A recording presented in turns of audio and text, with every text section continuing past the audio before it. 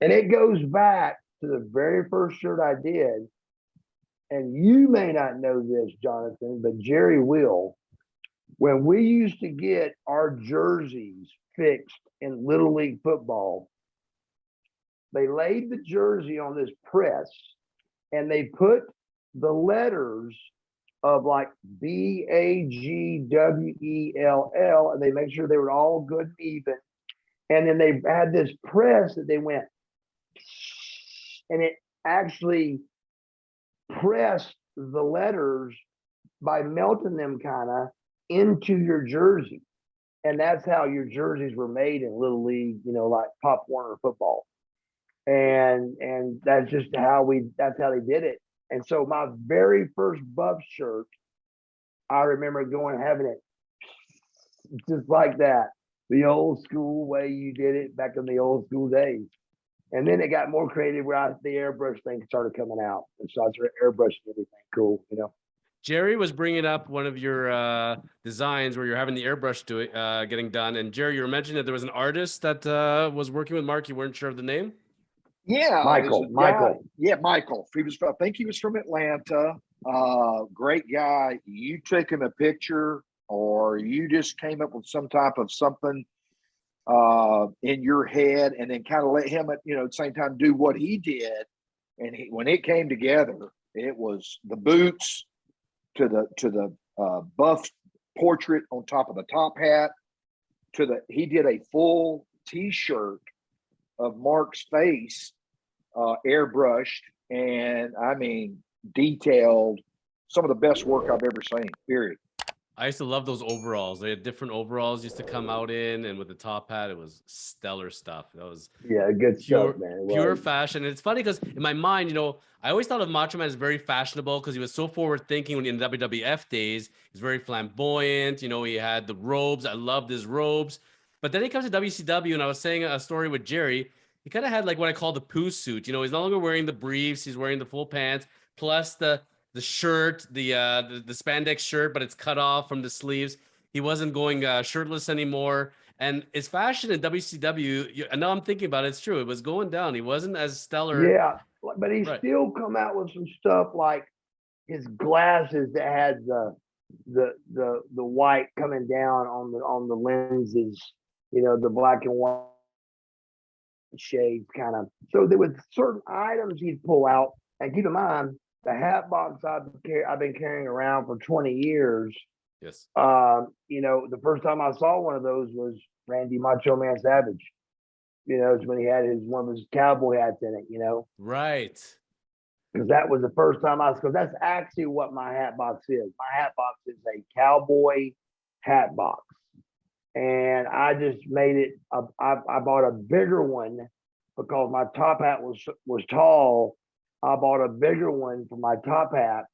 And so that's where I first saw the carrying case of a top hat, of a cowboy hat. You buy it at the local place we live is called Horsetown. And I bought my Buff Bagwell boots there. They're called Cavalry boots. And that boot don't look cool at all without any paint on it.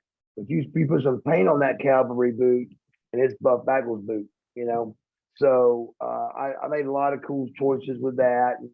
Scott Hall, God rest his soul, same thing. He helped me with that. He said, man, he goes, your calves are small like mine. He said, you don't need to wear tight boots down there at your ankle. You need to wear something a little bit bigger because you got big quads and your upper body looks amazing. He said, so you need to even it out.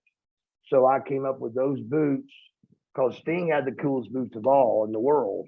And so you couldn't copy them, So I did that, airbrushed them up, and there you had the Buff Bagwell boots, And everybody was jealous about them because everybody else was having to lace their boots up.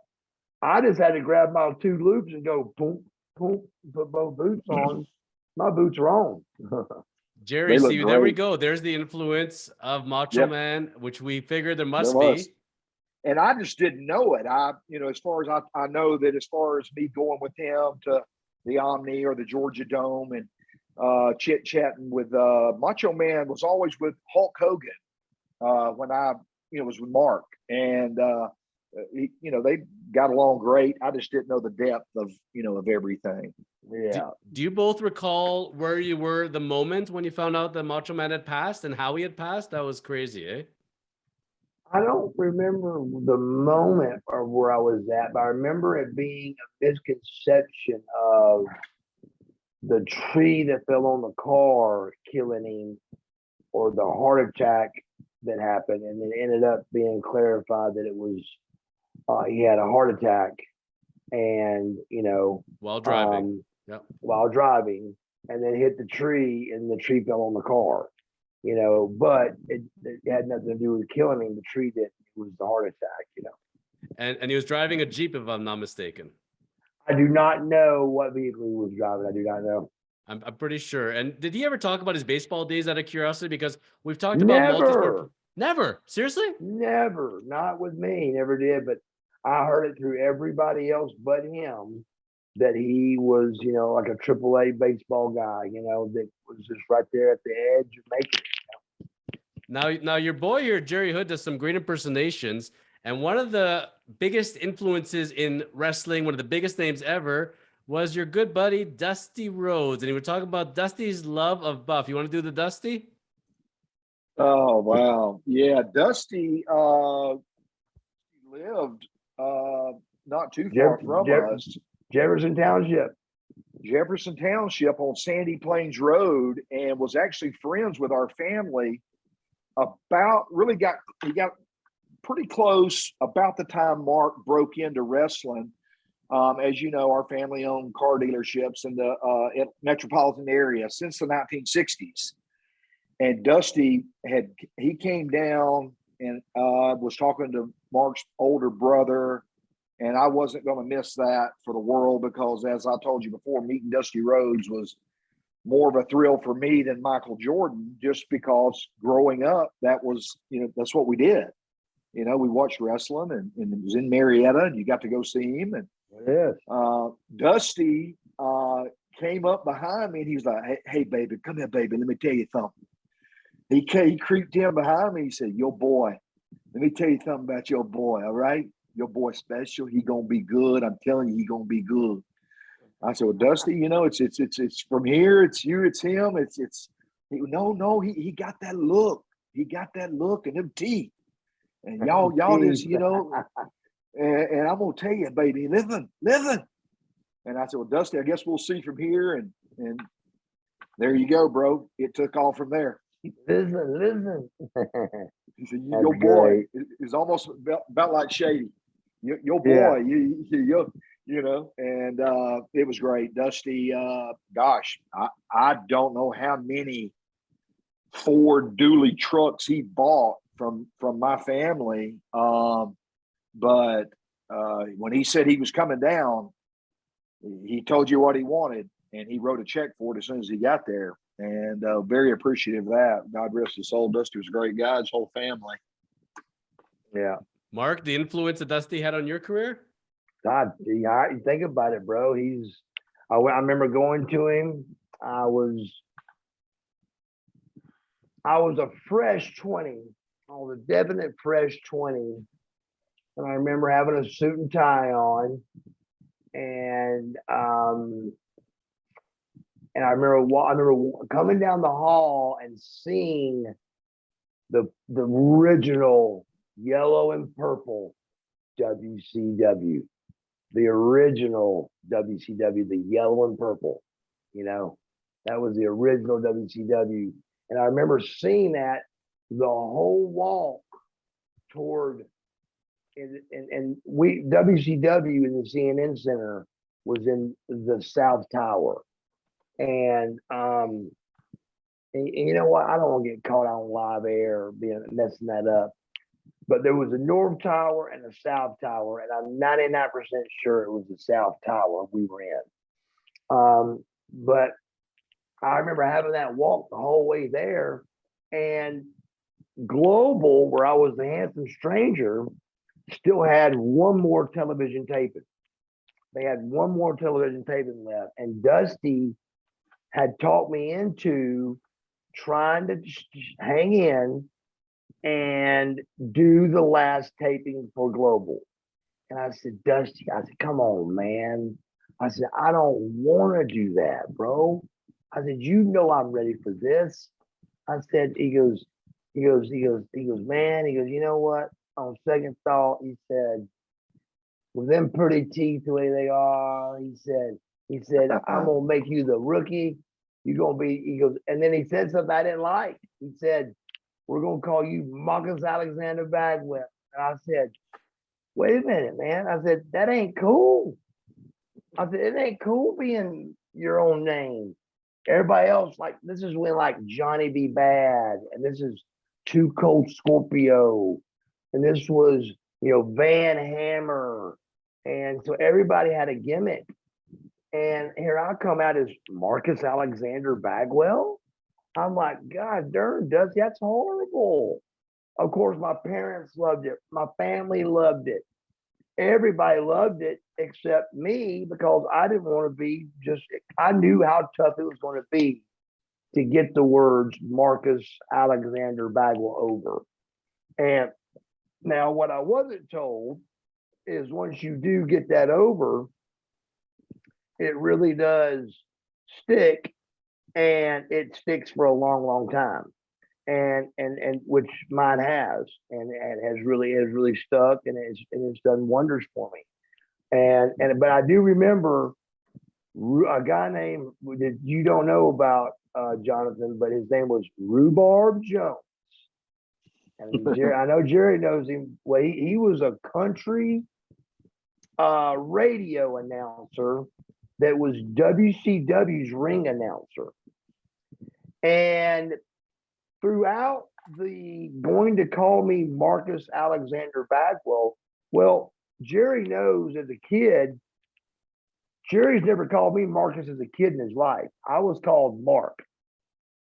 I was known as Mark. Only when I got in trouble, I was Marcus. And I'd say, Whatus? That was your mom yelling up the stairs to you. Yeah, she'd go, Marcus. Yeah, and I'd go, Whatus? And I'd get my ass whipped. But I would always go, Whatus. And so during high school, elementary school, middle school, high school, I was Mark Bagwell.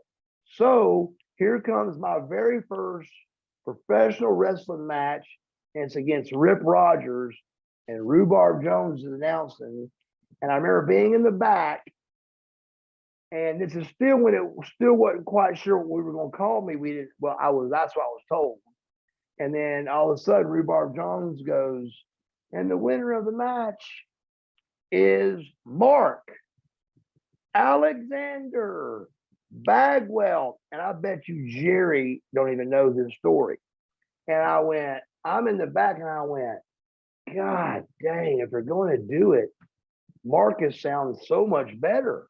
So I went and found Dusty, and I said, Dusty, look, man, I said, if you're going to call me, if we're going to do that all the way straight up, I said, my real name's Marcus. He ripped his earpieces off, his headgear off, and he said, you mean your real name's Marcus? And I said, yeah. He goes, you gotta be kidding me. He goes, that's perfect. So he loved it that it was Marcus. So they went back, they re-edited it to where it said Marcus Alexander Bagwell, the winner. And but yeah, when I first heard Mark, I went, God, if they're going to do it, Marcus sounds a lot better. I gotta tell you, and I've told you the story before, that as a fan watching from the outside, you're watching Marcus Alexander Bagwell. This guy's as clean cut as it comes, straight arrow, and you're like, okay, he's a great wrestler, high flyer. Where's the pizzazz, And I had no idea of brake lights or anything in the past. And man, when the Buff character came out, I'm like, okay, now I get it. Now you get it. Now I get it. I told you that you came out as Buff the first time on my birthday. That was the best birthday present I ever got. I'm like, I get this guy. Now, interesting enough, when we bring up the Buff Bagwell character, is here in Toronto, Ontario, Canada. Lo and behold, who's coming to appear here next week But Jimmy Hart is coming to a opening of a snack shop. I thought it was a shawarma stand, but it's apparently a snack shop where they have exotic snacks that very, very rare. And Jimmy Hart is coming out from 1 to 4 p.m. on a Saturday. Mark, how long has it been since you've seen Jimmy, the Mouth of the South? You know, not too long ago actually, but it'd been a long time before then that I'd seen him. But I saw him at a signing about a month ago, and I'm trying to think who I was with. Matter of fact, Dallas Page was there too. So I was doing the DDPY thing with Dallas, and so we were at the show together in Ashland, Kentucky. That's where it was at. It was in Ashland, Kentucky, and Jimmy came out, and I got to see Jimmy in Ashland, Kentucky. That's the first time I've seen him in several years, but I did get to see him not too long ago. I gotta ask you guys, is Jimmy always like looks like he's like on Ted Red Bulls? Like, does that ever die down? Or Oh no, he's always like that. He's always, oh hey baby doll, what's up, baby doll? What's going on, baby doll? Good to see you, baby doll. You know, and just wide open. He's always that. Hey, I don't know if you know this or not. He don't fly. really, I did not know. Jerry, he's scared. He's scared of I flying. didn't know. I didn't know it. He drove to every town we ever wrestled in. No way. he's He driving. did not. I couldn't answer that, and I doubt it. But I'm telling you, there's a real big guideline of the matter of fact, him and Jake the Snake's daddy, Grizzly Smith, which was my boss. He was an agent for us. His name was Grizzly Smith.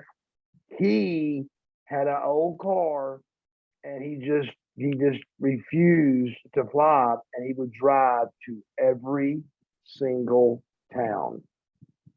You know, Jimmy The Hart being WCW. the god. I call him the godfather of wrestling theme songs, but man, he wrote some of the greatest classics of our generations, you know. And Oh yeah. from the wrestler's perspective, knowing he's going to write your theme song, did they kind of cozy up to him a little bit or give him kind of feedback as to, hey, I know you're writing my song, can you go this way? Or was it always Jimmy on his own? Like, did you have any idea when he was doing yours? It was pretty much Jimmy on his own. I mean, like he's the one that thought of, you know, me coming in and doing a couple little sound bites, you know, like I'm Buff, I'm the stuff, you know, and then me like, you know, laughing like ha ha ha ha ha, you know, during my song that he did for me, and but they also did American Mills. He did, you know, all of my theme songs because with Turner, it's a big deal. We can't like go out and get Skid Row. We can't go out and get AC/DC. We had to use the Turner library for our music. So you're limited to how cool the music can be or not, unless you're like Dallas Page or Jeff Jarrett being friends with Cowboy. Jerry? Yeah. Who's I that? can't get it. Cat, I can't. you know, come on. You know, Kid Rock. Yes. Kid Rock. And so Jeff Jarrett was friends with Kid Rock, and that's why his song, he was allowed to get the okay from Kid Rock to use his music. So unless you knew somebody in a major band to get the approval, you had to use the Turner library music.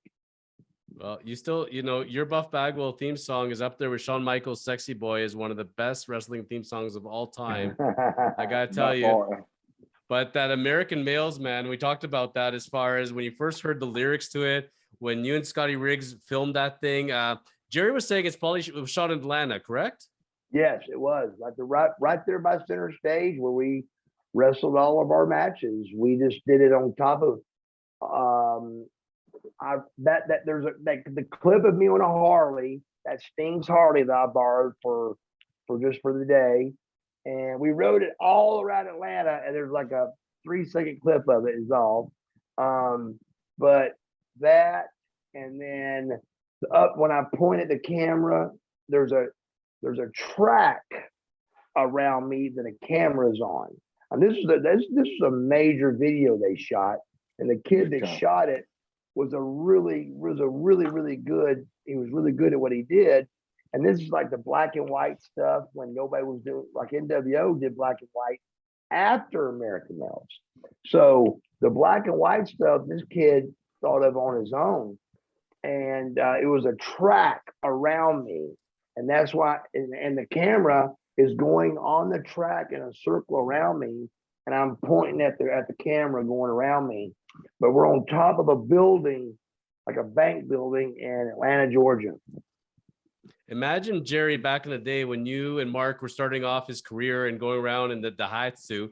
But, you know, we were talking before that this was not in the era of cell phones, you know, having a camera and a video camera at a moment's notice. So, you know, a lot of things looking at your early part of your career, you know, whether it be Fabulous Fabian or the Stranger, there's a lot of footage because people didn't have access to phones to just shoot it. Imagine, Jerry, you could have filmed all this stuff back in the day. How gold it'd be. I mean, yeah, it's great. The magnitude, if you could rewind and put him in the spotlight with the internet and Twitter, do the tweets, tweet. I couldn't even say it correctly. But if you had that on top of what he built, triple everything that happened, dollar-wise to shirts to video games, and by far, I mean, no doubt. Think about it. We had a catalog, Jerry. Think about that. We had a catalog for my T-shirt. There was a catalog for the hat I wore backwards, and you know, and I mean, a catalog to a computer going click by. I mean, you know, that's hundreds of thousands of dollars difference it could have made for me. You know. Oh my, no I was saying, Mark, Man. if you launch Buff Daddy in the year 2022 versus when you did, and in the era of social media and cell phones, etc., like you're talking like 10 million followers on Instagram, probably pretty easily, at least like, you know, 1.5 million too. It's such a different world. And totally. Because your career started around 89, is that correct? I'd say 90. I mean, a late 89. But like that was like Fabian when I just first started. So I was like a late 89er, which also was I was like a late 19. So I got married in 90 and I was 20. And I mean, I take it back. I got married actually, and me and Tanya just talked about this the other day. We got married, I think. You're in trouble. You're in trouble. No, now, I'm not. But they're no longer married, so it doesn't have to be in trouble. Actually, I proved her wrong, and she couldn't believe it. And what it was, I remember now. I remember 1,000% now. It was December 15th, 1990. So even though it seems like we got married and we was married the whole year of 90, really was only married 1 month of the year 1990.